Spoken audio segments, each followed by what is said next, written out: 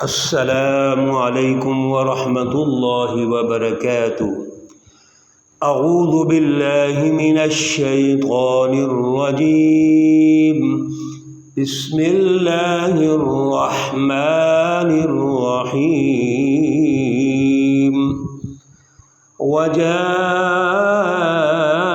اہل المدینۃ یستبشرون، قال إن هؤلاء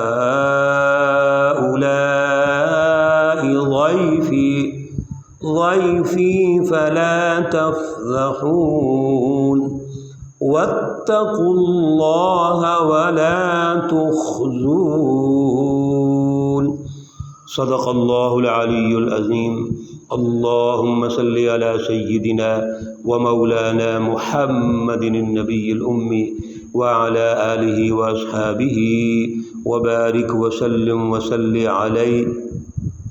معزز خواتین و حضرات، آج جن آیات مقدسہ پر درس قرآن ہو رہا ہے وہ سورۃ الحجر سے ہیں، پارہ نمبر 14 ہے اور آیات مبارکہ نمبر 67 یعنی 67 سے لے کر وہ 75 تک 75 تک ہیں۔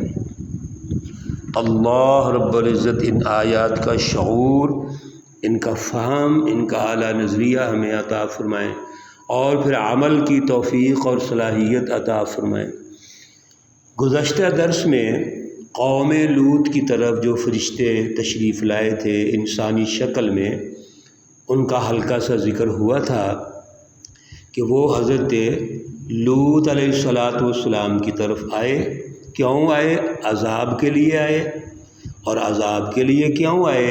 کہ ان کے اندر جو مرض تھا بد فعلی اور بد کرداری کا، اس پر حضرت لوط علیہ السلام کی جو دعوت ہے اور جو شیطانی جماعتیں ہیں ان کے ساتھ جو مقابلہ چل رہا تھا، تو وہ انہوں نے حضرت لوط علیہ السلام کی بات کو تسلیم نہیں کیا، دعوت کو تسلیم نہیں کیا، غلط حرکات اور غلط معاشرتی ڈھانچے کو تبدیل نہیں کیا۔ اور جب حضرت لوط علیہ السلام نے نزول ملائکہ کے بارے میں گفتگو کی کہ اللہ کا عذاب آ جائے گا، فرشتے آ جائیں گے، تو انہوں نے مذاق اڑایا۔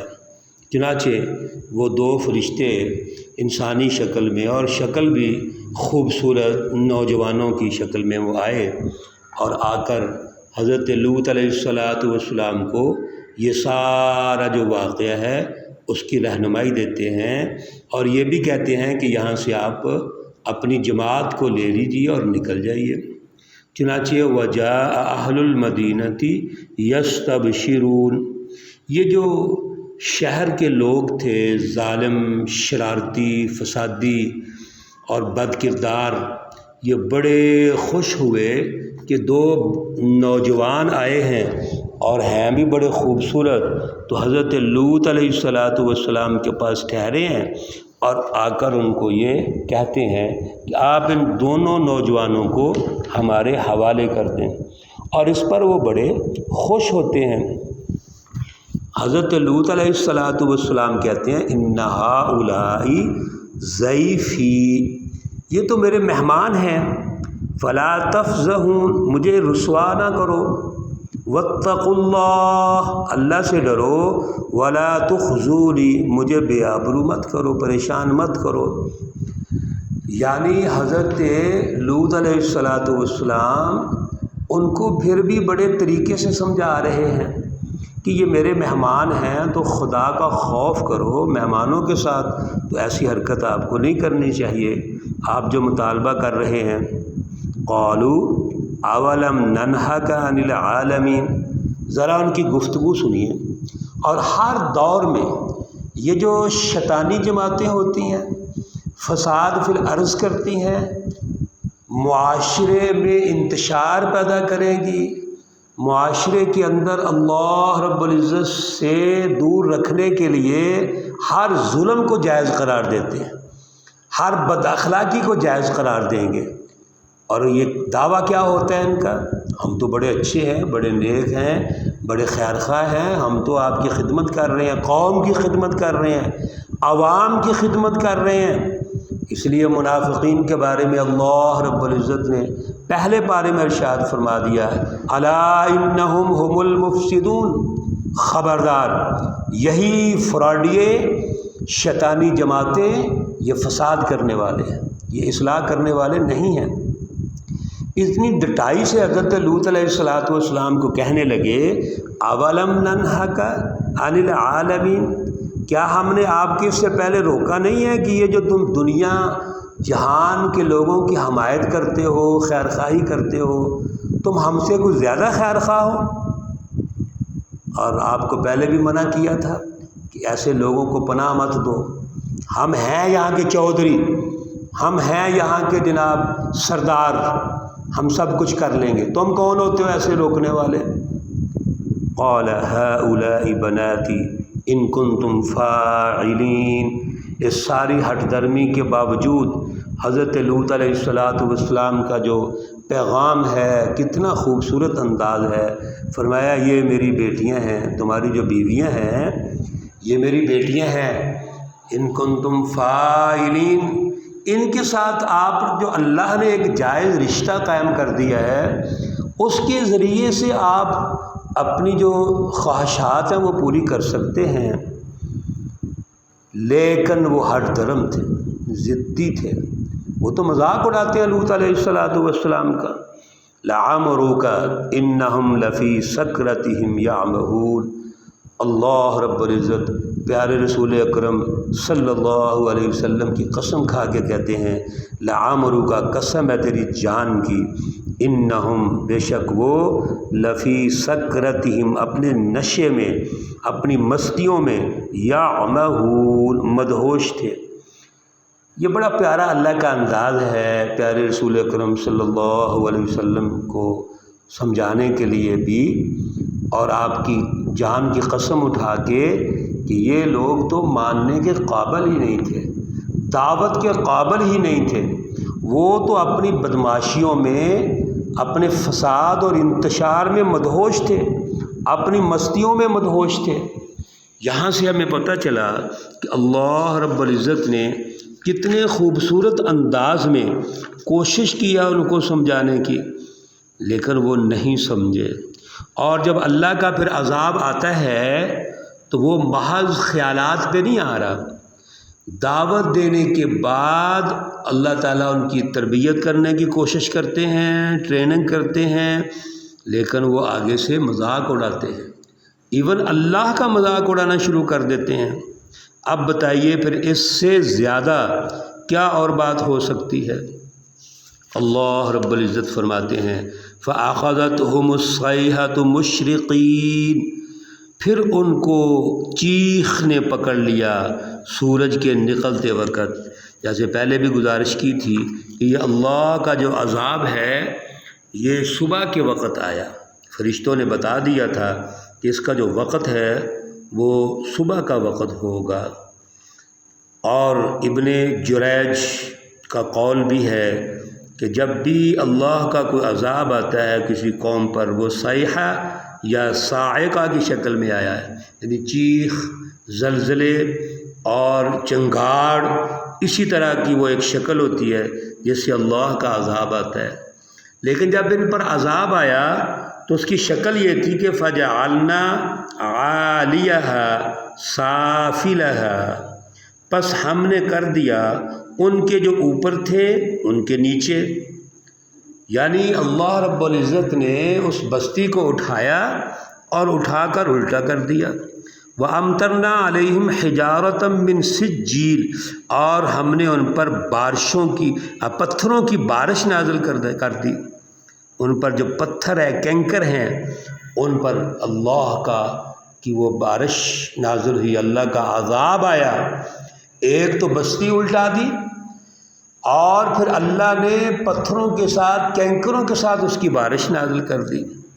اب آپ ذرا خود غور کیجئے کہ جب پتھروں کی بارش ہوگی، عام جب بارش آتی ہے اور اس بارش میں اولے پڑتے ہیں اور اولے بھی بڑے ہوں تو وہ تو برداشت ہی نہیں ہوتے، وہ بڑی بڑی ہلاکتیں اور تباہی کر دیتی ہیں، عام سادہ بارشیں تباہ کر دیتی ہیں، اور جن بارش میں اللہ کے وہ پتھروں کی بارش ہوگی وہ تو عذاب ہوگا، کینکر ہوں گے اور ان لوگوں پہ آگے لگیں گے، اس بستی پر لگیں گا اور بستی کو الٹا دیا جائے گا، تو وہ تو چکنا چور ہو جائیں گے، بل ملیا میٹ ہو جائیں گے، وہ تہس نہس ہو جائیں گے۔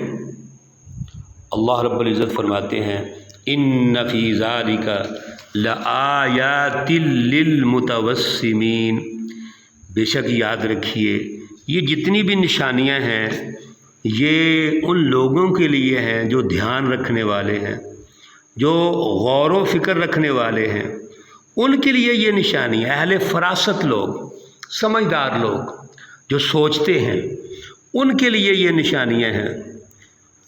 جیسا کہ ایک حدیث پاک میں بھی آتا ہے اتقوا فراست المؤمن فإنه ينظر بنور اللہ، اللہ رب العزت کی جو مومن کی فراست ہے اس سے ڈرو، یہ اللہ کا مومن ہے، اللہ کا بندہ ہے، اس کی فراست سے ڈرو، کیوں؟ یہ اللہ کے نور سے دیکھتا ہے، اور بعض روایات میں ہے بتوفیق اللہ، یہ اللہ کی توفیق سے دیکھتا ہے۔ تو مومن کی فراست سے ڈرو، یہ اللہ کا بندہ ہوتا ہے، اللہ کا نیک بندہ ہوتا ہے۔ تو جتنی بھی یہ نشانیاں ہیں یہ تو ان کے لیے ہیں جو غور و فکر کرتے ہیں، جو سوچتے ہیں۔ اللہ رب العزت ہمیں غور و فکر کرنے کی توفیق عطا فرمائے، صلاحیت عطا فرمائے۔ محترم بھائی اور بہنوں، آج جتنے واقعات ہم پڑھ رہے ہیں یہ حقائق ہیں، سچے ہیں یہ، اور سچی بات یہ ہے اللہ معاف کرے ہم بھی ان واقعات کو پڑھ کے آگے گزر جاتے ہیں، یا ایک کان سے سنا دوسرے کان سے نکال دیتے ہیں، اس کے نتائج پہ غور ہی نہیں کرتے۔ بھائی ایسے نہیں چلے گا، ایسے بالکل نہیں چلے گا، ہم نے غور کرنا ہے، یہ ہماری عبرت کے لیے ہے، یہ ہمارے لیے درس عبرت ہے، سبق ہے۔ اگر خدا نہ خواستہ ہم ان پر غور نہیں کریں گے، سمجھیں گے نہیں، تو ہم تو ان قوموں کے ساتھ ہو جائیں گے۔ ہم نے تو اس عذاب سے نکلنا ہے، اور عذاب سے نکلنے کا ایک ہی راستہ ہے غور و فکر، اللہ سے تعلق۔ ان واقعات کو سچا سمجھتے ہوئے ہم آج کے دور میں جو رہنمائی ضروری ہے وہ رہنمائی حاصل کر کے اپنی اصلاح کریں، اپنے معاشرے کی اصلاح کریں، اپنے پورے سسٹم کی اصلاح کریں۔ اللہ رب العزت ہمیں توفیق عطا فرمائے، صلاحیت عطا فرمائے۔ اللہ رب العزت تمام مرحومین و مرحومات کو جنت الفردوس میں اعلیٰ مقام عطا فرمائے۔ اللہ رب العزت تمام بیماروں کو شفائے کاملہ عاجلہ مستمرہ عطا فرمائے۔ اللہ رب العزت تمام پریشان حالوں کی پریشانیاں دور فرمائے۔ اللہ رب العزت جو ہمارے اوپر نظام ظلم ہے اور اس کے جو منفی اثرات ہماری انفرادی، اجتماعی، خاندانی، پورے معاشرتی زندگی پر پڑے ہوئے ہیں، اللہ تعالیٰ ہمیں اس سے محفوظ فرمائے اور اس نظام ظلم کو تبدیل کرنے کی توفیق اور صلاحیت عطا فرمائے۔ ربنا تقبل منا انك انت السميع العليم وتب علينا انك انت التواب الرحيم وصلى الله تعالى على النبي الأمي وعلى آله وأصحابه أجمعين برحمتك يا أرحم الراحمين۔ السلام عليكم ورحمة الله وبركاته۔